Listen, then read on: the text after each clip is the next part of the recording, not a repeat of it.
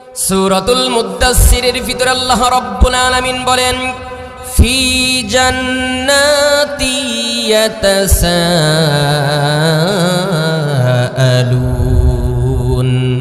আনিল মুজরিমিনা মা সালাকাকুম ফি সাকর ক্বালু লাম নাকু মিনাল মুসাল্লিন।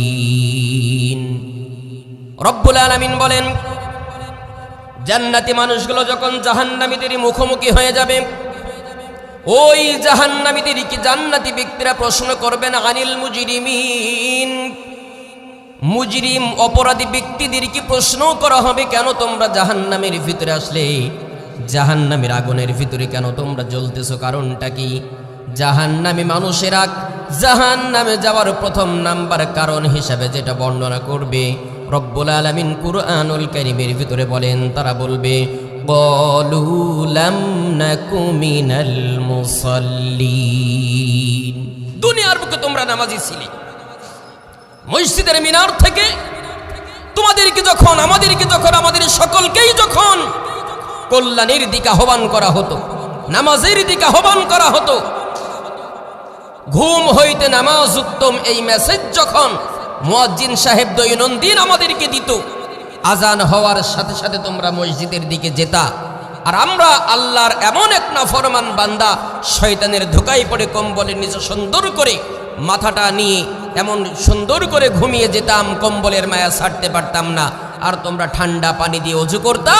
এই ঠান্ডা পানির অজুটা আল্লাহ তাআলার কাছে এতটাই পছন্দের হয়েছে, আল্লাহ তাআলা তোমাদেরকে জান্নাত দিয়েছেন আর আমাদেরকে জাহান্নামের বাসিন্দা বানিয়েছেন। প্রিয় ভাইয়েরা আমার, প্রিয় বন্ধুগণ আমার,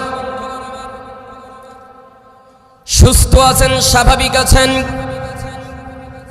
আল্লাহ তাআলা তার নিয়ামত দ্বারা আমাদেরকে ঢেকে রাখলেন।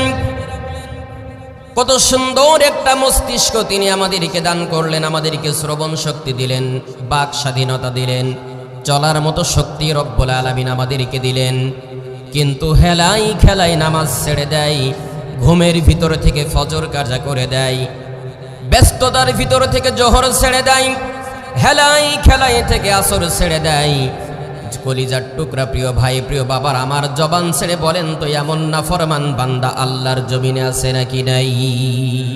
ফজরের ক্ষণ গেল পড়নি নামাজ, জোহরেও ডুবেছিলে নিয়ে শত কাজ, হেলাই খেলাই গেল আছরের কাল, মাগরিবেও পড়লে না নাম।